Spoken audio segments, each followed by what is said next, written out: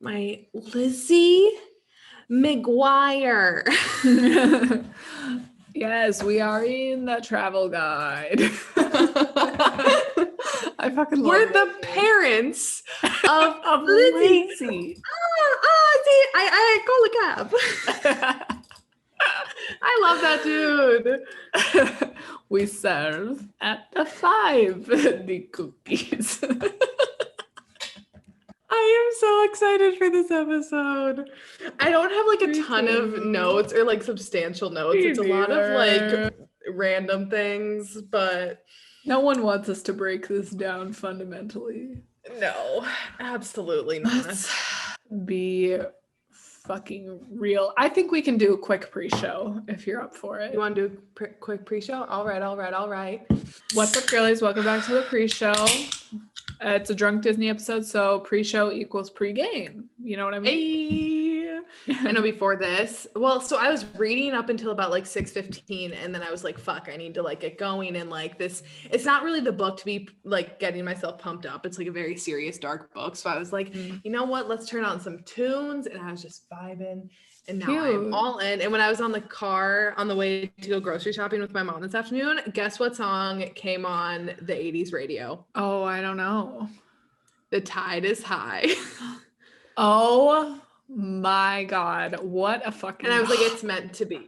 It's meant to be. Like, that's crazy. Yes. That is perfect. I love that. This soundtrack, we can get into it, but Jesus Christ. I was catapulted out of any mental illness that I was feeling. Catapulted, not just like gracefully brought out, like fucking shot out of a cannon. Mm-hmm. My mood skyrocketed with this shit. I wasn't expecting it. But girls, we'll get into it. Pre-show gang. A+. What is up? I woke up, so today's Thursday when we're filming this. Woke up yesterday, Wednesday. First thing I did was watch the new Handmaid's Tale episode because I love it. And the newest episode really just changed my life.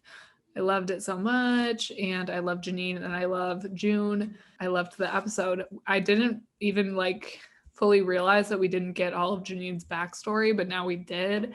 And I'm happy about it. I'm happy that we got that insight. And I'm happy that we're seeing Janine's like her growth as a character and how she's kind of proving herself to June and being like, I can have autonomy over my life. And you're not the boss of me. And you're the reason why the other handmaids are dead. And they were nicer than you. And I was like, go off. Janine. Right.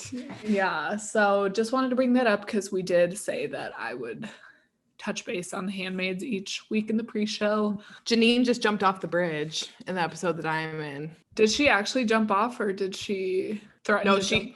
No, she like full on yeeted off the cliff. Shit, I forgot.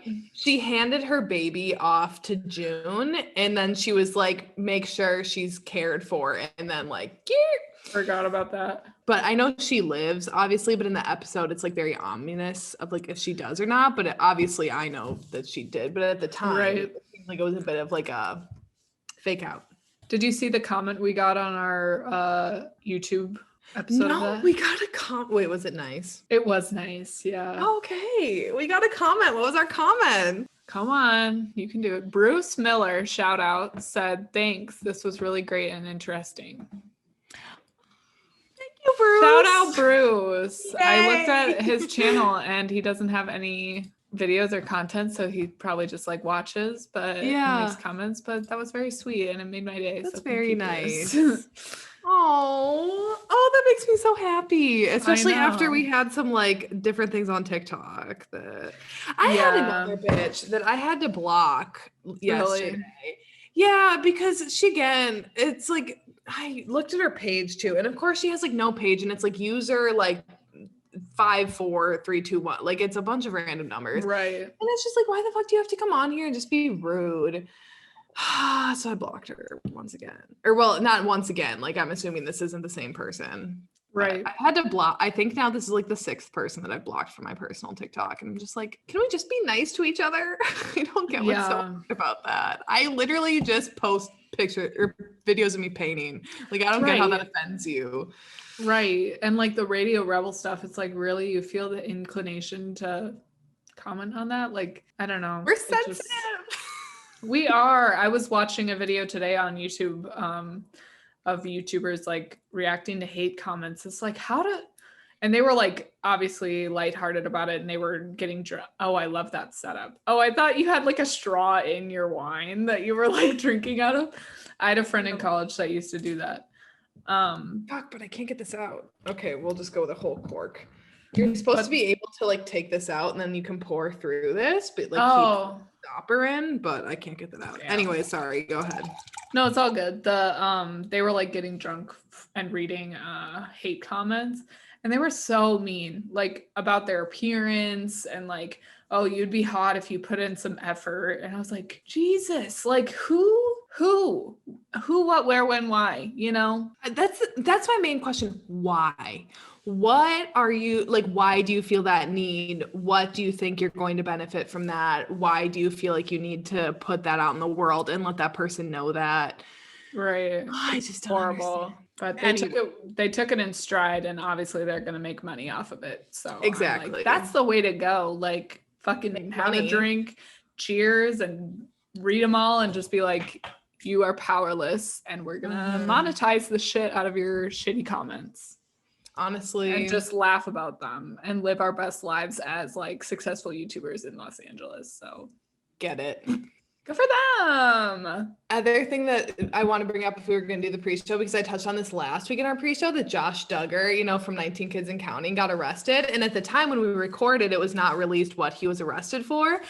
And myself and I think like a lot of people assume that it was something with like tax fraud, like something to do with money and like their businesses, because they seem a little shady in like some of their business things that they do. So I was just like assuming that it was something to do along the lines of that.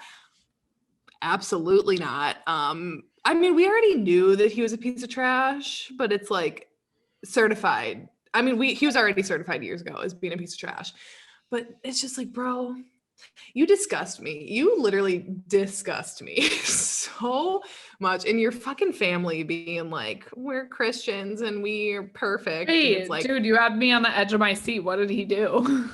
Oh, wait, you don't. Oh, so he got indicted on child pornography, on like having child porn, when he himself has 6 children and a 7th on the way, is constantly around little kids, and was already guilty of molesting his 4 sisters and a babysitter when he was younger. And it's like, this guy is a literal sexual predator, and this family just like brushes it off. And I'm just like, are you fucking kidding me?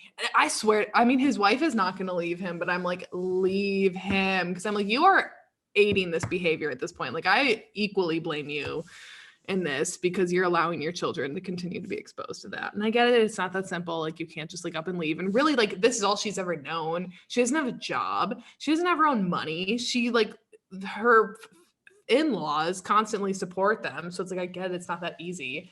But also like, dude, you can't just keep your kids around that. I don't know. That's crazy. Disgusting. But he's going to get out on bail, I think. I saw that earlier today, quick, when I was on Twitter. So trash. But I will be keeping I'm going to be watching that closely. I love Duggar drama because I find like fundy cults so fascinating. Dude, yeah, keep me updated. Bail, I'm so like, I do not understand bail whatsoever. So like, can murderers just get out on bail until their trial? If they're allowed bail. Sometimes judges don't grant bail, but the judge granted bail, and then obviously like he paid whatever he had, or he's going to pay whatever they put it at to get out. So potentially like people can, I'm like, Brock Turner was out on bail. I mean, granted, he's not a murderer, but he's a fucking piece of garbage. And he was out on bail awaiting his trial. Well, and like same with all those college admissions people. Yeah. But then people will like just wait for their trial on like a marijuana charge or something for a year plus. Yeah. Yeah, I follow this page on Instagram called The Bail Project that talks a lot about that, and I need to pay more attention to the stuff that they post because it's informative, and I need to learn more about that. That's just so fucked up. It's like, what? That is like specifically geared to benefit the rich and fuck over the poor, which is basically fucking every system. Anyways. And apparently he was like smirking and laughing in his like arraignment or whatever they had like in with the judge.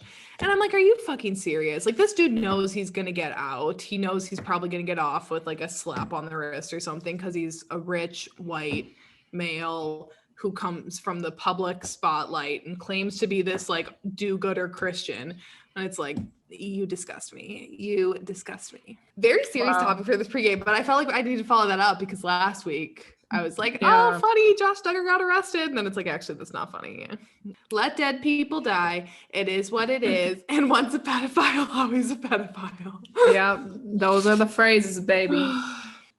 Oh my God, Katie, our movie theater is doing Fast and Furious Fridays leading up to the release where they're showing every single movie in theater leading up to the release. Oh, like once a week? Yeah, every Friday they're showing a new one. Oh, dang. So if only you were around. I mean, obviously, I know we would be going every Friday. Yeah. I was like, I already know that we're going to get together and watch them, but I think my dad and I might go to the theater for a couple of them because I can watch those. That would have been perfect. Right? And they're free. Like, you can get free tickets to them if you're a loyalty member, and I'm a loyalty member. Yeah. That would have been perfect. Like, we could have been going back to the theater and we could have been like working and getting that like killing two birds. Yeah. We could have been vlogging like every single Friday, being like going to the theater for like this week is Too Fast, Too Furious. I missed the first week, but I think my dad and I aren't going this week, and we probably won't go next week because it's Tokyo Drift and that's the third one and it's not my fave. But I think 4, 5, 6, 7, and 8, the next 5. Like, we're gonna look at, and if we have time to go, we're gonna go. I would like to see 7 is the one with Paul. I guess I should probably watch the other ones first, though. I was gonna say we're having a whole weekend out of it, so you're not getting out of them. No, I know. I just would like to see 7 in the theaters because that's the one. Oh, yeah. Paul Walker, right? But then I'm gonna cry in public. I mean, they all have Paul Walker. I mean, the third one doesn't, but 1, 2, 4, 5, 6, and 7. But 7 is his last one, and the one with his like send off at the end. And that's the one that he died partway through filming. R.I.P. Paul Walker. Dude, yeah. Okay, I'm ready when you are. Me too. Recording in 3, 2, 1. Record. Buckle up. Because it's going to be a long ride. It's going to be a wild ride. No one cares, but we're going to tell you anyways. This is Popcorn Chats. What's up, everyone? Welcome back to Popcorn Chats. I'm MICHAE. And I'm Katie. And we are back with a redemption of a drunk Disney. Granted, you guys liked Radio Rebel. Katie and I did not. That episode went over well, but that was not a fun time because that movie was straight up garbage. So we needed to redeem ourselves a little bit. We were just hoping, like, let's get a good one, but we got, I would say, the best Disney Channel original movie of all time. I'm confused because is this a Disney Channel original? Like, did this play on Disney Channel? Did it premiere on Disney Channel? What's the vibe? I thought it might have been released in theaters. It's too good for Disney Channel. That's what, okay, first of all, let's look this up. We're so professional. Lizzie McGuire. Yes, we are in the travel guide. We're the parents of Lizzie. That's so fucking funny. Okay. No, it had a box office of $55.5 million. So it was so granted, guys, it was in the movie theater. However, we're going to lump it into like the drunk Disney category because we always do like Disney Channel original movies. However, this one, it's based off of Lizzie McGuire, which was a Disney Channel show. We're drunk and it's Disney and it's Lizzie and it's Hillary. McGuire. The only Hillary that matters. Honestly, though. Yeah, we're going to be talking about the Lizzie McGuire movie today. Katie and I are very excited. You guys don't really come to the Drunk Disney episodes for us to, like, break these movies down scene by scene. We have serious episodes for that. This one, we're just going to shoot the shit and have some fun with it, which we equally enjoy, I think, as much as you guys enjoy listening to that. So, and honestly, we could break this down critically because it is a cinematic masterpiece. We don't think that that's the vibe today, and y'all just want to hear us talk about the fun stuff. So that's what we're gonna do. But we should catch up first. How is you? Up. I'm not well. Oh no, I'm unwell. It has been It's been a bad week. It was a bad last week. I said last week I was burned out, and this week I am still just burned out. I am like mentally exhausted. It's just, I feel like there's no work-life balance with working from home, and that's just like, I've felt that way like over the past few months especially, but like the past month there is just like none, and I don't, it just took a long time to catch up with me. Like, it's been a long year for everyone, but I think it's just finally kind of catching up with me, especially now that things are opening. Like, I'm too anxious to even like be around people, even where I'm like, I'm mentally destroyed after this year. That's fine. We're drinking, so that's making up for it, and it's the weekend after tomorrow, so that's exciting. But in better news, I don't know if I said this last week, but I'm adopting cats. You said that you might be, so it's official now. Yes, because last week I was going to be watching Last Weekend for them because we were recording on Thursday. Yes. So I officially am going to be getting 2 little kittens, a brother and a sister. They're so freaking cute. I'm so excited, and they're going to be a little over 2 months old when I get them. Right now they're still in foster care with their mom, but I will be picking them up. So you're listening to this episode on Monday. I'm going to be picking them up on Saturday. So this weekend I'm going shopping for some stuff for them. I already ordered them food and a little cat jungle gym with like a scratching post, because obviously they're not going to be declawed. So I'm going to have to like get a few scratching posts throughout my apartment. And I'm just so fucking excited. They are the cute. Katie, have you seen pictures of them? Yeah. I showed you pictures. They're so cute, but now it's very difficult. I'm trying to figure out what to name them, and that's like really, it's a lot of pressure. So whenever I like think of a name that I like, I'll start like calling it out in my apartment just to like test you out. Should how like it narrow it down and do like a pod vote. Like people should be able to vote on the pod.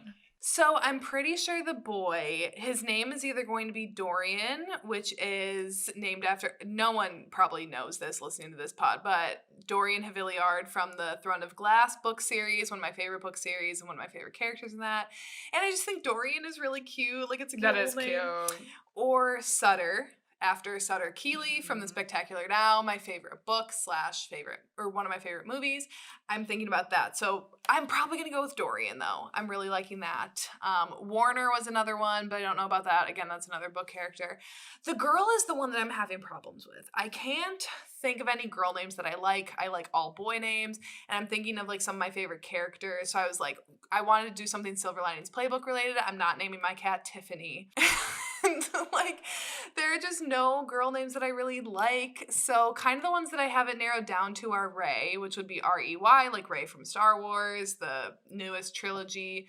That's kind of the main one that I'm thinking about. That, and this one has nothing to do with anything book or movie related, but her eyes are very green. So I was looking up like things that are green, or like different names for the word green, and I saw kiwi, and I thought that was actually kind of cute, but it doesn't have anything to do with anything, so I don't really know if I like that. So I don't know. I mean, obviously next time we record, oh no, I still won't have them next time we record, but I'll probably at least have the names secured by then. So I mean, obviously if you guys have any ideas, my socials are in the bio. Let me know what you're thinking.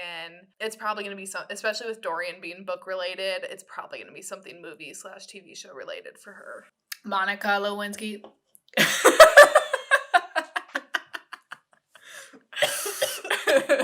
Yeah. You named the girl Monica and the boy Lewinsky, but you just call him Lou. So then when I take them into the vet, they're like Monica and Lewinsky. Why is that actually really cute, though? I'm not doing that. I don't like cats, but cats love me, so I'm excited to meet them. I'm excited too. How are you doing? What's new in Katie's world? I'm doing fine. Okay, so my animal story. I don't know if I mentioned this on the pod, but the geese. I think I have mentioned it. So it was mating season like 2 or 3 weeks ago. They were going at it. They were fucking in the pond or the lake, let's just say. And now there are baby geese, and I'm fucking obsessed with them. So what had happened was every day I check on the geese babies. The first time I saw them, I counted 6. So then every day I'm like looking out for them, looking out for 6 babies. And then some days I see only 5 and I have a mini heart attack. And I'm like, where the fuck is the one little missing baby? Every day I do a geese check. And if I have to work in the morning, Jack will send me pictures. Like, it's very serious. I'm very invested in these geese.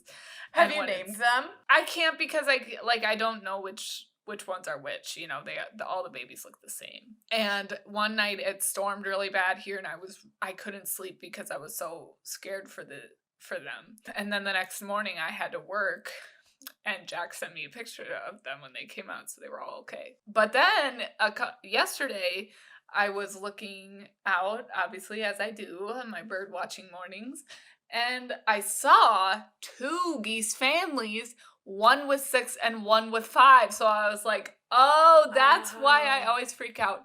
So one family is 6, one family is 5. So all is well. All the geese babies are fine. They're so fucking cute. They come right under my office window and I distract myself with work. I don't get anything done because I watch them and they're so cute. I know really I sound a little bit crazy, you guys. My vaccine's in full force on the 10th and I will get out of this house. I promise, and I will not sound so fucking crazy anymore. That's that. Jack is sick and it's tragic. He got his 2nd vaccine yesterday, and so today he's not doing so well. Hopefully by the time you guys are listening to this it's fine, because it normally lasts like 1 or 2 days.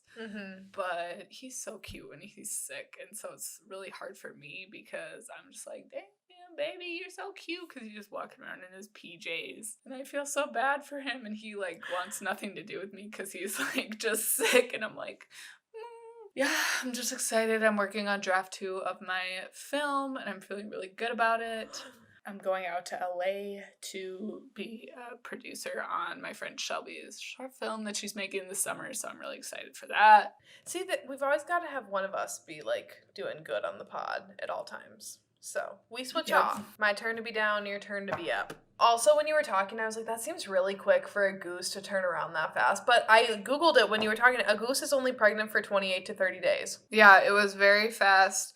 They were all going crazy in the water a couple weeks ago, and I was like, damn, there's going to be some little chickadees running around, I bet. And then one day I just woke up. They're so fucking cute. They just little waddle. Where do you even want to start? Okay, well, let's just start from the beginning. So, wait, actually, sorry, I have a place to start. First, before we jump into it, I'm sorry, I have a question. What was your earliest memory of this movie? Dude, oh my God. Okay, so back in the day, like, we had first moved into our new house, which we moved there, I believe, in the summer between kindergarten and 1st grade for me, so many moons ago. I went through a phase where I was very, very obsessed with Lindsay Lohan, like medically obsessed.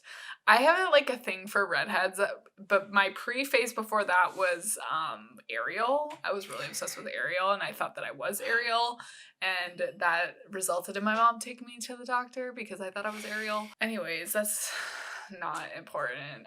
But then, yeah, I was really obsessed with Lindsay Lohan. I loved The Parent Trap. I loved Freaky Friday. Would not watch anything else. That lasted like a long ass time. And Herbie Fully Loaded too. We're going to be doing a Lindsay Lohan episode on the pod, a career breakdown for Lindsay Lohan. I'm so fucking excited for that. But then, okay, geez, Katie. See, I'm still a little bit obsessed with her. It's fine. My earliest memory of this movie, my parents bought me this movie and they were like really pushing Hilary Duff and Lizzie McGuire because they were like, stop being so obsessed with Lindsay Lohan.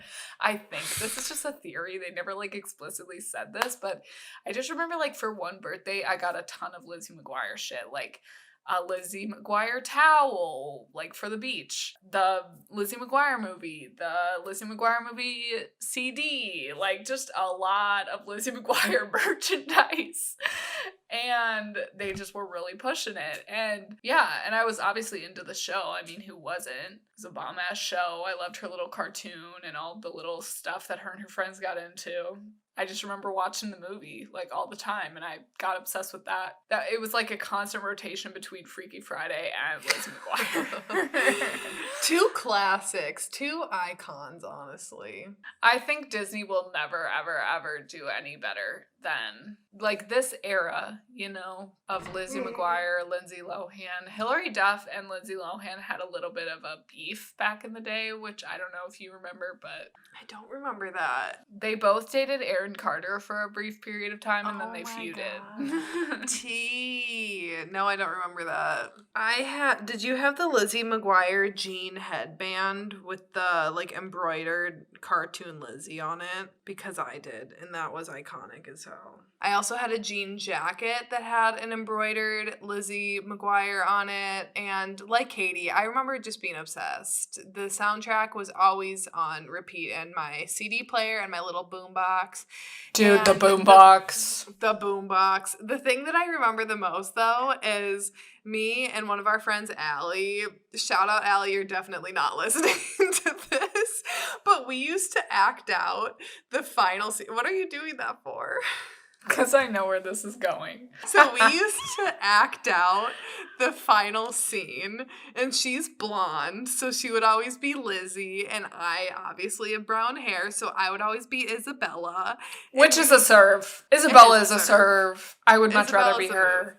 move. Maybe that's just a brunette vibe, but she's great. Where's the spinoff? Isabella spinoff. Anyways, so we used to put rubber bands around our jeans to try to make them like flare out more, because obviously like this was the early 2000s, like flare jeans were already the vibe, like the boot cut jeans, but we thought that they would be extra flary if we would put rubber bands around them, and we would like act out the moves. And then I remember my brother had this little like Star Wars headset from episode 2 where Anakin's like in one of the no, it's from Revenge of the Sith, his little headset from when he's flying, and my brother had that for a costume, and he like got rid of it at some point, and then like I took it, and then we would put it on and pretend that it was like our microphone. Oh my god, like I love that. Great times, but so you know, just cringe. But also, why is denim such a chill. Lizzie McGuire vibe? Like when I think of Lizzie McGuire, like denim with a pink undershirt is just immediately what my head goes to, and then like weird flower stitches, weird prints. Yeah, my parents also really liked Lizzie McGuire. That's why they probably got me so much Lizzie McGuire shit. But we recently, like when I've been like in my 20s, they were like, when we got Disney Plus, they were like, let's watch the first episode of Lizzie McGuire. And we watched it as a family. That's wholesome. I don't know what it is, but we just really loved it. The fucking intro with all the red balls. Like, why were they like, we just need red balls dropping from the ceiling? If you believe... Why? We got a picture perfect plan. Most Disney Channel shows have the lead singing the song. Yeah, because when you think about it, like That's So Raven and Wizards of Waverly Place and Hannah Montana. Even fucking Good Luck Charlie. I never watched that. Today's all work toast. But she does have the fucking hurricane. Have you heard that song, Hurricane? I'm boarding up the windows. Wait, I've heard that on TikTok. I didn't know that was a Good Luck Charlie song. No, that's Bridget Medler. That song is a bop and a half. Okay. We're getting off task as per usual. I mean. Respect. Jesus Christ.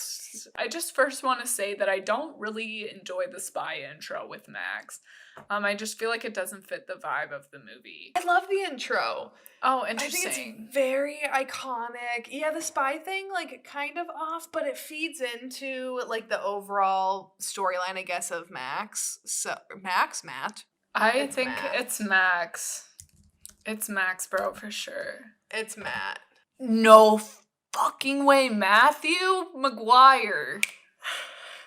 Matt. Dude, what? So I think in order for him to have like a whole storyline and like for her to be like so embarrassed from graduation, like it all kind of stems back to like him spying on her. So I don't mind it, and I love the intro with the cartoon, and like as she's doing things, the cartoon's doing things, and she's dressing up and she's singing into her hairbrush. Like it's so iconic. As soon as we get into The Tide is High, I I mean, it's really very just the iconic. spy part. But yes, Okay. so iconic.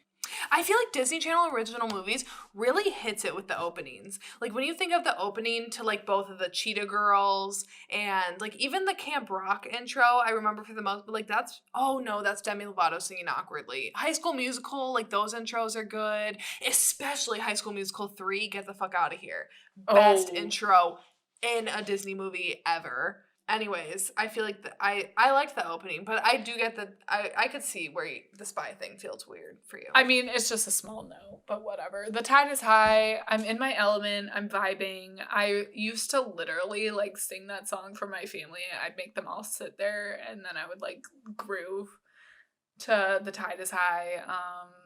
It's so iconic when she falls into her shower. I mean, she's always falling. She's always a flop, but it's cute. It's relatable. And she is way out of Gordo's league. Like when I was watching this, and then in the final scene, when she's like on stage rocking the fuck out of it, and he is standing off in the sidelines and he's like watching her, I'm like, you have no shot. She is so far out of your league, my man. I also just wanted to say that I love Kate. And I have loved her. MICHAE and I both are very drawn to the villain. But me specifically, I feel like I'm drawn to the Disney villain. That's like not even a villain. You're very drawn to the mean girl villain, and yes. I'm very drawn to like the misunderstood, brooding male villain. Yes, that is such a good take. But yes, I remember like thinking she was so cool when I was a kid, especially in this movie, not necessarily in the show. Like her complexity in this, which sounds stupid, but it's not. I love how her iconic line of, Lizzie McGuire, you are an outfit repeater. Like, call her out. Call her out. Her wardrobe in this, the Disney stylist who did this movie, you should have been running the entire department because the wardrobe in this movie fucking slaps. Everyone looks great. Like, yeah, it's a little dated, but that's because in the time they all look the part. They all look the part. Even still standing now, a lot of those outfits, I was like, I could see those making a comeback. In Kate's wardrobe specifically, yes, every outfit she wore, fire. And I know that this is 8th grade, but you can already see that this is like pre-Elle Woods. Like, she is going to be running a motherfucking sorority in a couple years. Yeah. She is going to be a pre-law baddie goddess. My God, she slays. We are pro Kate Sanders podcast. Thank you. I am pro Kate Sanders, anti-Gordo.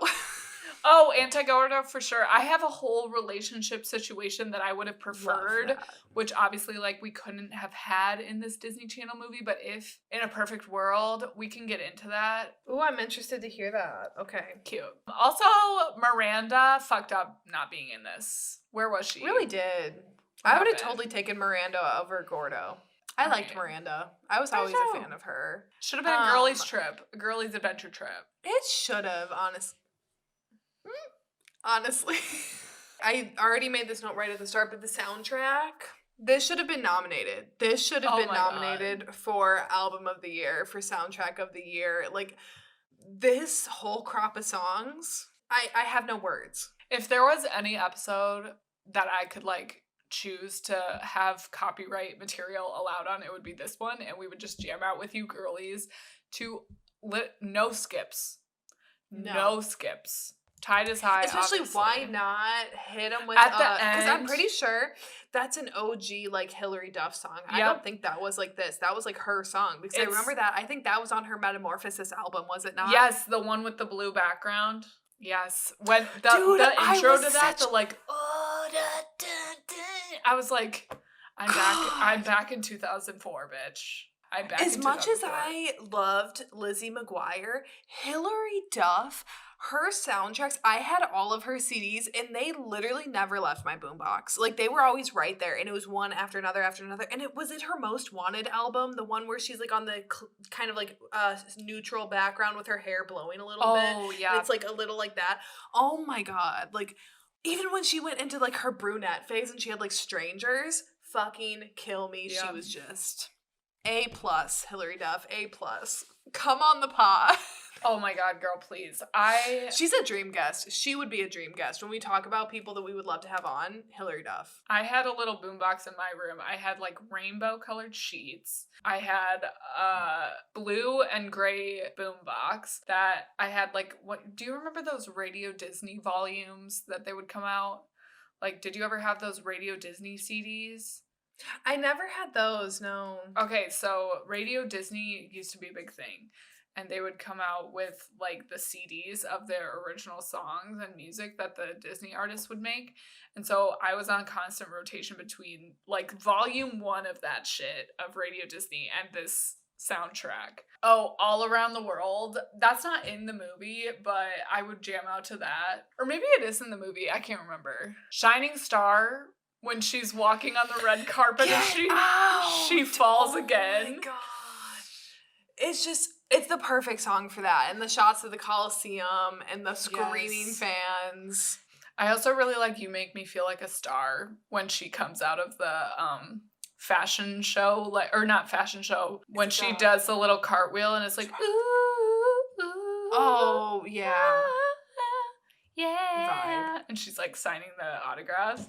So cute. What's the whirl? Twirl to the left. Whirl. Now twirl to the That's Supermodel by Taylor Dane. Love that. I mean, it's all amazing. Fucking why not? At the end, I was just jamming the fuck out. What is the song called? The Have You Ever Seen Such a Beautiful Night? What is that called? Because I don't think that was a full... What Dreams Are Made Of? Because that's like the beginning of that song. Oh, because then she just like really amped it up. Okay, I would have loved to have heard a dumbass. I would have loved to have heard a slowed down version of that. Like a full slowed down. No Paolo, Isabella, and Lizzie, full slowed down version. Yes. I just wanted to bring up a controversial thing that many people have shared feelings about with this film. I think a lot of us watched this when we were young and naive and unsure. The fact that she's graduating from 8th grade. A fucking joke.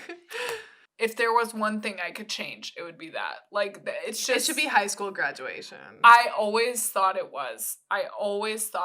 And I never just registered, like, she's going to be our high school principal for the next 4 years. Like, I always just thought Miss Ungermeyer was this random bitch in the street that was like, I volunteer to chaperone these delinquents. Especially because when these people acting in it are all like 18, 19, 20 years old. Like, they're all at that age where you would be graduating high school, not 8th grade. Can we address the elephant in the room, bitch? If I had titties like that going into fucking 9th grade, I would have had a much smoother sailing transition from middle school to high school. But that was absolutely not the case. I didn't know how When to did do you my get makeup like they boobs? did. Literally senior year.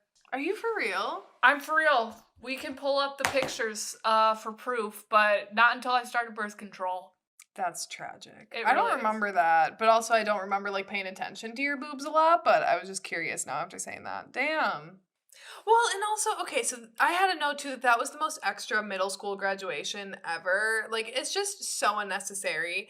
And then, too, again, Katie, we're bringing it back. We talked about this in To All the Boys I Loved Before 3. What are these school field trips?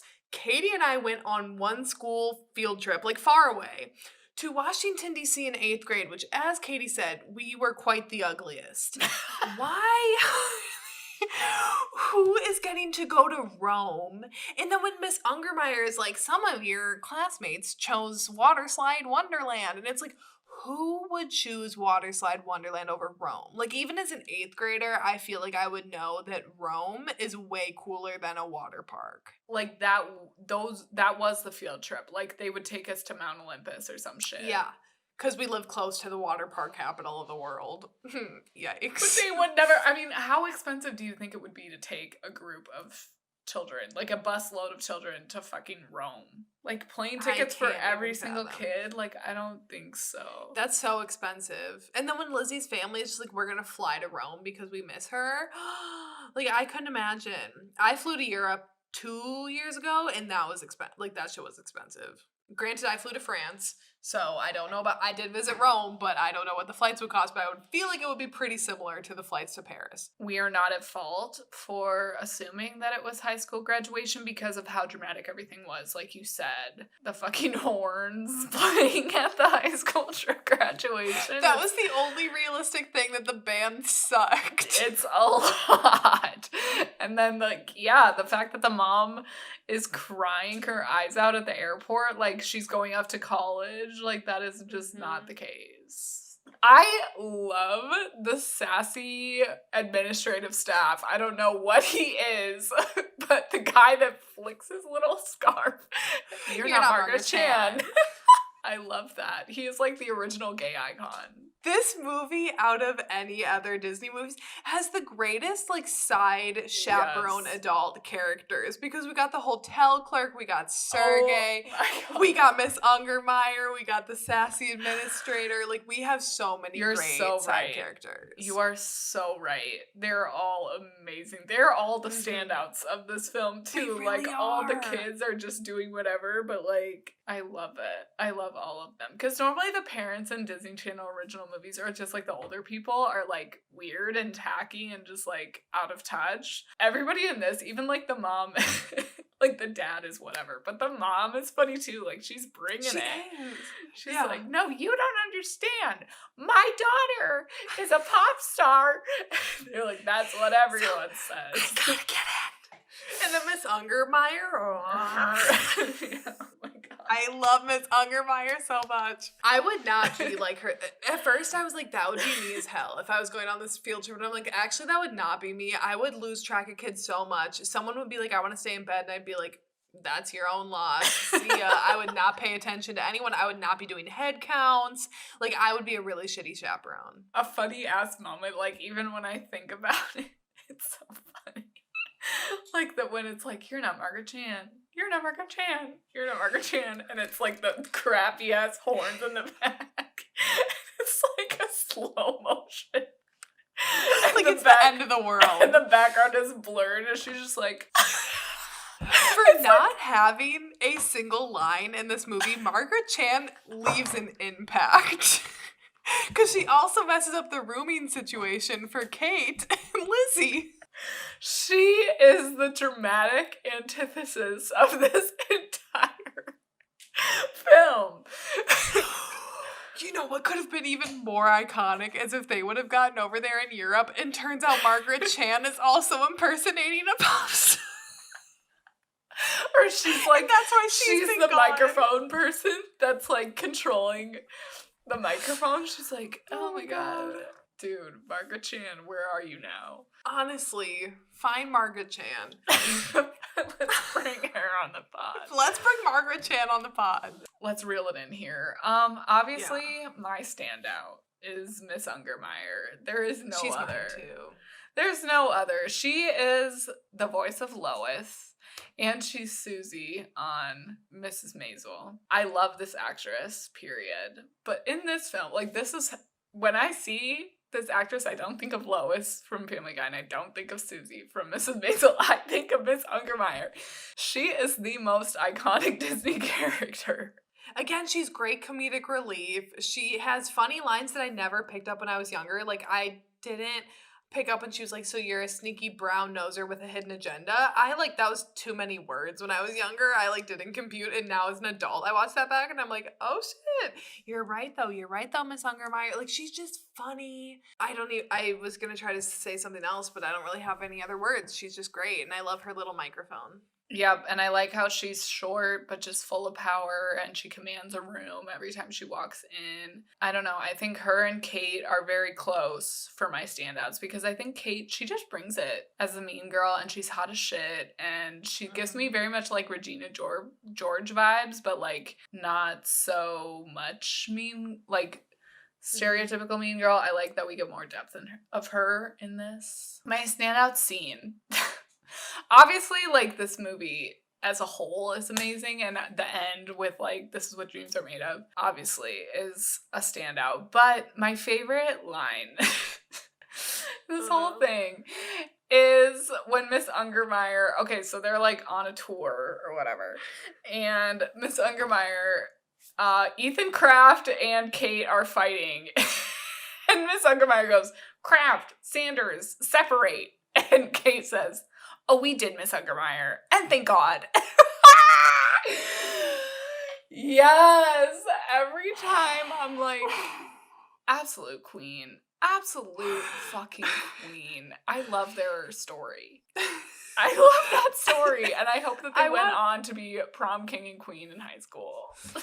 I want an Ethan and Kate explore Rome together spin-off as well. I never thought that Ethan Kraft was hot when I was younger and watching this. Oh, I was like, Ethan Kraft is a 10 out of 10 smash.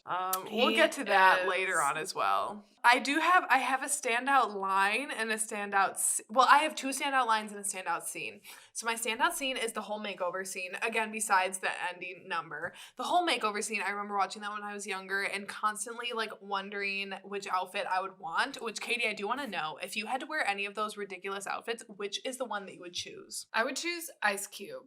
Me too! Really? Oh my gosh. Soulmate. I just think if you're gonna like go all out, why not have like an inflatable igloo? I really like her lip gloss. That's like the standout thing to me about that whole look, and the straight hair, the blunt bang. I just remember as a child being very drawn to that look. Mm-hmm. And being like, I love that. And you and I both love a hood. And like, I think it would be very flattering how it like goes in and then like poofs out and like just kind of show some leg. Like, I just think it would be like it'd be a cool garment. I'd wear that to the Met Gala. Me too, dude. If I ever go to the Met Gala, that's the first thing. That is what I will wear, the inflatable fucking igloo, because it's also comfy. I feel like all the other outfits are not. Right? They're very tight and like the material looks. Or you can't walk. Not great. So I would definitely gravitate towards the igloo. So that was my standout scene. Love that we're in agreement on that. And then my two standout lines are when Paolo and Lizzie are sitting at a table and he's talking about Isabella and such. And he's like, see, la la la la la, so I could go solo. It's just something about that just cracks me up because I'm like, you just suck, you little stupid ass bitch. Yeah, but what? I can't help but love that line. And I just think it's so funny because I'm like, he's garbage and you can tell. And then the other most iconic line in this whole thing, sing to me, Paolo. There will never be a line delivered with as much sass as that one. I just love it. Girl power, hell yeah. Sisters coming together to reveal the foolery that is this man. It's just A+. A fucking plus, that line. I have no words to add to that because you just summed it all up. Girl motherfucking power. I do really ship Mrs. Ungermeyer and Sergey. I do too. I want them to have children together. Mm-hmm. I'd love to see a long distance relationship. Oh my god. Like Miss Ungermeyer, you make it work. Oh, for sure. Yeah, she just like flies over and Sergey's like super rich and just like sets her up. And then like on the side, she's the high school principal, but then she like flies out to Rome every weekend. I'd love to see them on the little like Vespas. Yeah. Riding around. Because you know she would be in front and she would make him her bitch. And, like, yes. Make him ride on the back. She's definitely a top. She radiates top energy. Oh, for sure. And when he's like... she's like, you're still on my list, and he's like, as long as I'm at the top. Absolute fucking foreplay. I'm so sorry, but they are definitely getting it on in the hotel room later. The sexual tension between the two of those, off the charts. In the fucking elevator. Hotter than 50 Shades elevator. I'm so sorry, but I was like, they're gonna get it on for sure. She's like, just because you're one hunk of fucking metal.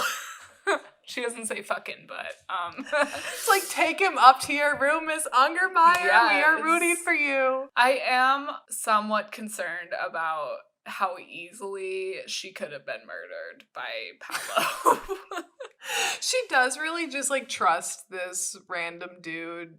Just because he's hot. And she sees him with those kids and she's like, swoon. But like, could I fault her? Because honestly, I could see that happening to myself as well. If we went over to Italy right now, Katie, I'm just thinking about it, and this hot Italian man is trying to like get with me, I could see myself just not thinking twice. Yeah, and I think everybody in this situation is just like, let's just hope for the best and hope that he is not a serial killer. Like, Gordo's just like, go on your adventure, bitch. Like, no question about whether or not. I do doubt how she was able to fake sick for that long, to constantly be going out, and the fact that, like, Miss Ungermeyer is never really checking on. I mean, like, yes, she checks on her, but I'm like, how is Lizzie out all day and night with this man? And no one's realizing. God, I have so many hiccups that no one's realizing it. But again, I'm not here for just realism. Suspend your disbelief, because if you can't, you're not going to enjoy it. And we love. No. And I also really like the scooter scene of them riding around. But that was the moment where I was like, this could have definitely been a different movie if it were like a fucking CSI episode, or like this would definitely have been a different situation. But I just want to say that overall, though, genuinely, I feel like this movie holds up well over time. We've talked about that before with other Disney movies, and this is something where I feel like it could still be made today, that if this movie were to come out now, it would still go off well, because it has a good story, good characters, good soundtrack, it's visually pleasing to watch, like, just everything works, and it's just the one that we can watch as adults and still enjoy. Like, I feel like I got just as much enjoyment out of it watching it yesterday as I did as a child. Where there are other movies that we've watched where we're like, that's not as good, where it's like nostalgic, but it's like, I didn't love this as much as a kid. I watched this and I was like, I feel like I love this just as much as I did when I was a kid. Yeah, I think I did too. Like, I enjoyed the story. I was like invested in it and I was enjoying it. And also, it's like that added layer of nostalgia and just remembering, like, as a kid, I just remember, like, our house, and we would, like, sit on the little blanket in our living room with my dad's milkshakes and watch this, and, like, the house Your being, dad's like... milkshakes. They slap. It's just, like, that added layer of nostalgia makes it even better, almost. And I agree, it does hold up. And I don't think that's just because we watched this as, like, young kids. It has a lot of tropes that are good. Like, remember in Twitches, the uncle is, like, bad, but he's, like, a good guy at first. I like that trope of, like, somebody being good at first, but then you realize that they're bad. Just seeing, like, the awkward girl that trips on herself all the time, like, become amazing. Obviously, like, that's what the entire Hannah Montana franchise is built on. So, like, obviously, people love that shit because it's relatable. It's like, oh, maybe I could be an Italian pop star, you know? I mean, you never know. Yeah. You don't know what's awaiting you in Italy. Okay, the girl that's screaming in line at the Coliseum when Lizzie and Paolo show up, and she's like, ah, ah, ah. I'm like, Katie, was that not me at Cruella at Spring Awakening 3-4 years ago? Yeah. Also me seeing the Jonas Brothers. Also me seeing Martin Garrix. I mean, like, not really, but, like, very close. It is crazy, though, watching this back, because I didn't realize when I was a kid, like, how much of a manipulator Paolo is. But, like, that scene where they're, like, running around and having that seemingly romantic moment with the waterfall, and she's in that hot-ass outfit. They both look hot, honestly. They do. But she's in that, like, red shirt, and they're, like, running around. Basically catches him in a lie, because Gordo is like, look at this magazine. It says that you're gonna sing. And he's, like, just literally gaslighting the fuck... Not really gaslighting, but, like, manipulating the fuck out of her and being like... He does. I promise I would never, like, let... Me, Paolo, would never let Lizzie McGuire be embarrassed or whatever. Or I have to spend a week with that...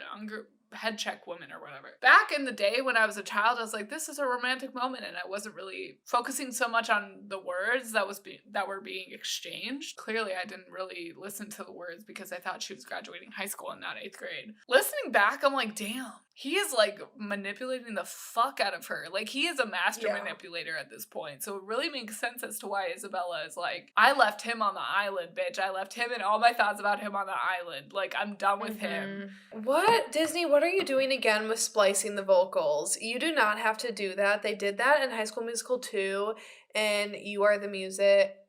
Yeah, You Are the Music and Me, when Troy and Gabriella are singing that, they do that with Vanessa Hudgens' vocals. And I'm like, I can hear this. Everyone can hear this. And they did that too in What Dreams Are Made Of with Hilary Duff. And I'm like, why are you splicing her vocals with, like, some random girl? She can sing on her own. Thank you very much. Did you pick up on that they were splicing them? No. Listen to it again and like just listen for the consistency in the vocal, and it's not there. Wait.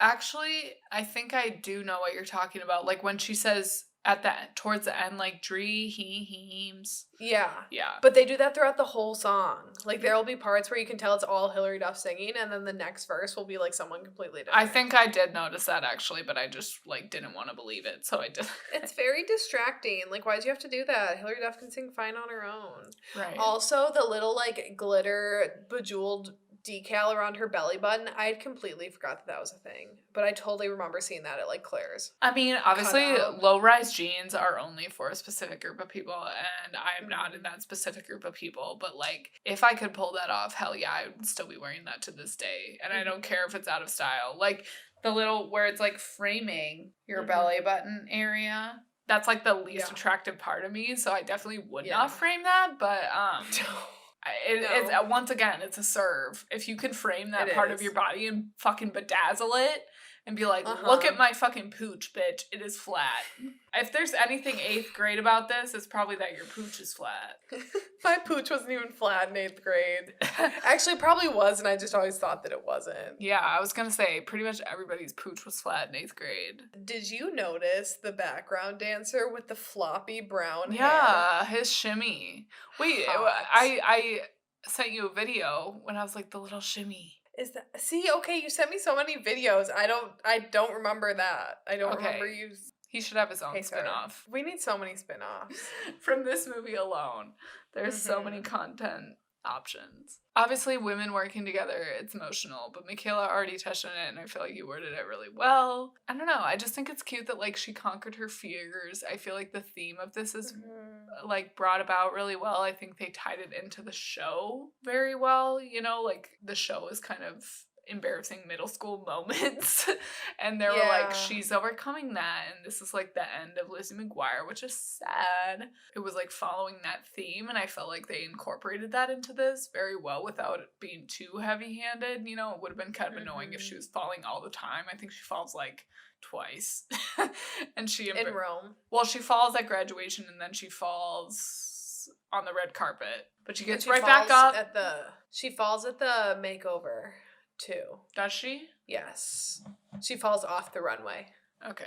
Well, she falls. But again, it's fine. It's fine. I just like the theme being incorporated, that she like overcomes her fears and she can be a pop star and have her little moment. I think it's interesting that Kate is like, Lizzie got everything you're supposed to get when you go to Europe. Like, I've been to Europe, and I wouldn't say that my expectations going into it were that I was gonna like meet a random dude on the street and get some cool cheese and then be a Italian, like pose as an Italian pop star. I mean, I'm just trying to learn a few things, eat some good food, drink some good wine, and not get robbed, and then get on the plane and go home. Like, period. I'm not trying to like, what was that line where she's like, Lizzie got everything you're supposed to get when you go to Europe? Like, no one expects that. It's like, Kate, trust me, it is not worth the heartache to fall in love with a European man. It's not going to work out for you. Yeah, it's like... But I still love Kate. That line still love Kate. Still fine. It's fine. I love her and Ethan's little moment at the end. Yeah. Them eating the spaghetti. First of all, that spaghetti looked really good. And the way that Ethan like twirled that around his fork so fast with his spoon, that was like kind of hot. Just how quick he was able to get that bite together. Ethan Kraft can get it. When he's skating back and forth in his room. I read the list. Just, I never like the stupid like blonde surfer kind of guy trope. I don't like that trope whatsoever, but for some reason Ethan Kraft just works for me. I just want to say my piece on how I wish that the relationships would have gone if I were the director of this. I really ship Gordo and Isabella. I don't know what it is, but I think that they have more chemistry than Lizzie and Gordo. Their meeting just really like stimulates me in some way. I really like the way that they meet and how he's like, I just think that that relationship is cool, that she's like my ex and he's like they both have a common enemy, Paolo. Yeah. And then he is, you know, like looking out for his best friend, and I just wish like they would have ended up together, because like him and Lizzie never really worked. But then he was like, oh, the reason why, it's kind of like a Jacob and Bella situation where it's like, oh, the reason why I was attracted to you is because I was waiting for my perfect person the whole time, just the brunette version of you. You know what I mean? Okay, I ship it. I like, if it would have been more developed, obviously not in this, but I just, the idea of it, I'm really into. Okay. I see that. I just want better for Isabella. But I do get the chemistry. They do have way more chemistry than Lizzie and Gordo do. Obviously Gordo, it is what it is. Like, the actor is what it is, and I'm not gonna like hate on somebody's looks. Can I just say who I would like to have seen Isabella with? Sure. I would have liked to have seen her interact with Kate. Like, I feel there could be potential for a couple right there. Like, if we would have just gotten to see, like, one scene of them so we could see their chemistry together, I feel like there could have been potential. Or, yeah, Anyways. where they, like, interact, and then she's like, Lizzie, why are you blonde? Like, that is just such a wrong choice for you, and, like, starts bullying her, and then Isabella's like, bitch, let me tell you, in her Italian accent, and, like, roasts the shit out of her, and then they just make out. I feel like it could have been there. The possibility was definitely there. Okay, but what I was gonna say is that anyways. I ship Lizzie and Kate together, but honestly, I like your idea better. Okay.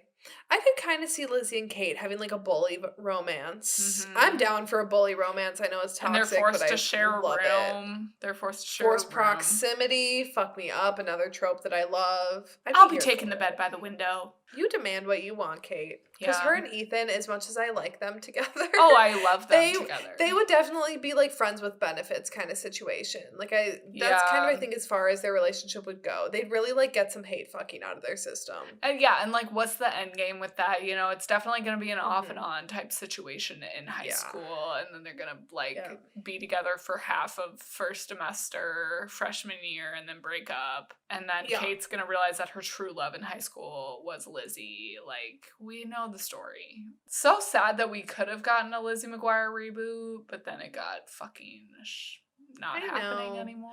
But also, like, am I that sad about it? No, because I wouldn't have wanted it to be trash. Yeah, and it could have been trash. It very well could have been trash. But I would have even liked, like, a little special. Like, even just, like, a 30-minute special, because I feel like that'd be hard to fuck up. Yeah, and, like, where are they now? You know, Kate and Lizzie, are they married? Oh, my God. I'd love to see, like, Paolo just working for that cheese lady, because he's like a flop, so he had to go work on a cheese farm. And then Lizzie and Isabella have like a cute little twin tour that they're going on or something. I mean, they should have like stayed in touch. Like there's really like a lot of money in that long lost twins. They could have been a new duo. And then watch out, it's Lizzie and Izzy. You did not just do that. Shut the fuck up, bitch. Okay, there were so many possibilities with this. Why did they not? Oh my God. Get us in the writer's room, Disney Plus. Honestly, why not? Why not? Take a crazy chance. Come on, Disney. You know you want us. Let us make a queer spinoff of Lizzie McGuire where Lizzie and Izzy are on the goddamn road and Kate is a fucking roadie and she is like in a triangular relationship with Isabella and Lizzie. They're in a menage type situation. And then Ethan just like pops in every once in a while. And just it's like a big dramatic some cliffhanger at the end of an episode. Like Ethan's in the crowd. And Miss Ungerbar is like old and haggard. And she's like coming out and like giving them advice. Come on. She's gonna be like, do you want the hint to a long lasting relationship like myself and Sergey? And it's like, get out, dude. Get out. Oh my God. The bones are there. The bones are there. Katie, gotta our minds. This is one of our God level moments. I agree. I feel like I'm gonna listen back to this and be like, we are fucking stupid. This is $1 billion. This is $1 billion deal. Okay, patent pending, everybody. You can't steal this idea. And any Disney Plus executives, if you're listening, just give us a chance. You never know. I mean, people want the like the out there content, you know? I think breaking the boundaries is a very big thing now, and people will appreciate it. Okay, so I have one question. So Lizzie and Gordo, you know, they're at the Trevi Fountain and they make a wish. What would you wish for in the Trevi Fountain? I think I would wish for my script to be made into an A24 film. That's a great wish. I love that. What would Cute. yours be? I think mine would be that I would just be able to support myself. Well, one, that I could like publish books and that I would be able to support myself fully by publishing said books. So that could be like my one and only career. Because I know a lot of like authors still have to have part-time jobs. Okay, and then I have 2 rounds of Kill, Fuck, Marry because as I said, there are so many great people in this. Yes. So my first one is going to be, and granted, okay, so they're supposed to be in high school in this, but the actors were all like 18 plus, so I feel like this is all right to do. If not, you can cut this out, Katie, but no, I think like it's right to do. Bitch is developed for an 8th grader. Obviously, we all know she's not in 8th grade, and none of them are. Okay, Kill, Fuck, Marry. Gordo, Paolo, and Ethan. Okay, kill Gordo. Easy. Fuck Paolo and marry Ethan. Agreed. I mean, Gordo sucks. Ethan's hot. I feel like Paolo would definitely be selfish, but also I feel like at least he doesn't like turn, like I'm so like averse to Gordo in so many ways that it's like I could never. Where at least like Paolo, I'm like, okay, you're kind of cute. So yeah, and it's like a good one-time thing. Like if you married the dude, that would be a horrible relationship. You'd be fucking gaslighted every other day. But just a one-time thing, like you can be like, I fucking banged a celebrity, and then marry Ethan. Okay, and then my other Kill, Fuck, Marry, Sergey, Lizzie's dad, and the hotel desk clerk. Okay, can you go first for this one? Because this one's hard for me. Yes. Okay, so I'm marrying Sergey because he just seems like a stand-up kind of dude. He's hot. I could see myself like living with him and just enjoying life with him. I'm fucking Lizzie's dad. Lizzie's dad is actually, I feel like low-key kind of a bit of a hottie. I mean, definitely not as much as some of the now Troy Bolton's dad. But I don't know. I feel like if you took off the glasses and changed up even his glasses could stay actually. If you just changed up his wardrobe a little bit from being like drab to fab husband, drab to fab, I feel like you could kind of have a bit of a makeover. And I'm killing the desk clerk. There is just no way. He's too like chipper for me. So you put Lizzie's dad through Queer Eye and then fuck him, marry Sergey, and kill poor Mr. General whatever. We are in the travel guide. We serve at the cookies. I think that front desk guy would be an interesting sexual encounter, so I would fuck him because I just want to know what goes on with that. I'm worried that my mom is going to be listening to this episode, so I'm not going to go too far into that. See, I forget that, like, because I don't think my mom really listens anymore, so I forget about that. I told my mom that your mom listens to it, then I'm like, fuck, sorry. She called me today and she's like, what's the episode this week? And I was like, oh, Lizzie McGuire Movie. And she, like I mentioned, loves Lizzie McGuire. So she's definitely going to listen to this. So I will not get too much into. Maybe you can just cut these out. No, they're good. People live for this shit. And then, marry Sergey. And I would kill Lizzie's dad just because he's a little weird with his gnome obsession. I remember just being like very like what the fuck. I love how they incorporated that into the movie with him like painting the fishing gnome. I forgot that he was obsessed with gnomes. I'd still give him a shot. Every Disney dad is so weird. Now that you said that about the hotel desk clerk, I can't stop getting that out of my head. That actually that would be kind of interesting. Like when he does his little expletives, I'm definitely gonna cut this out. But when he like freaks out over the sandwiches, I just feel like his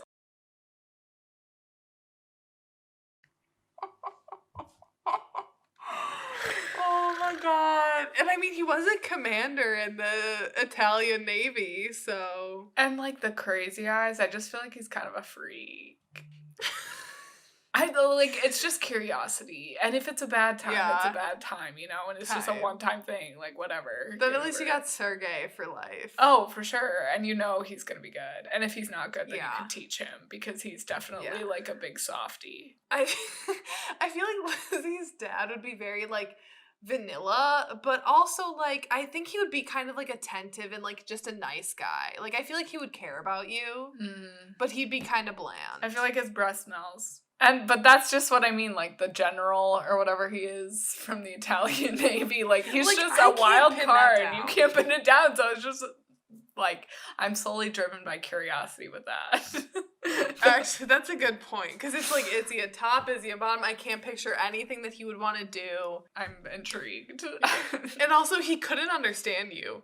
You couldn't communicate with him.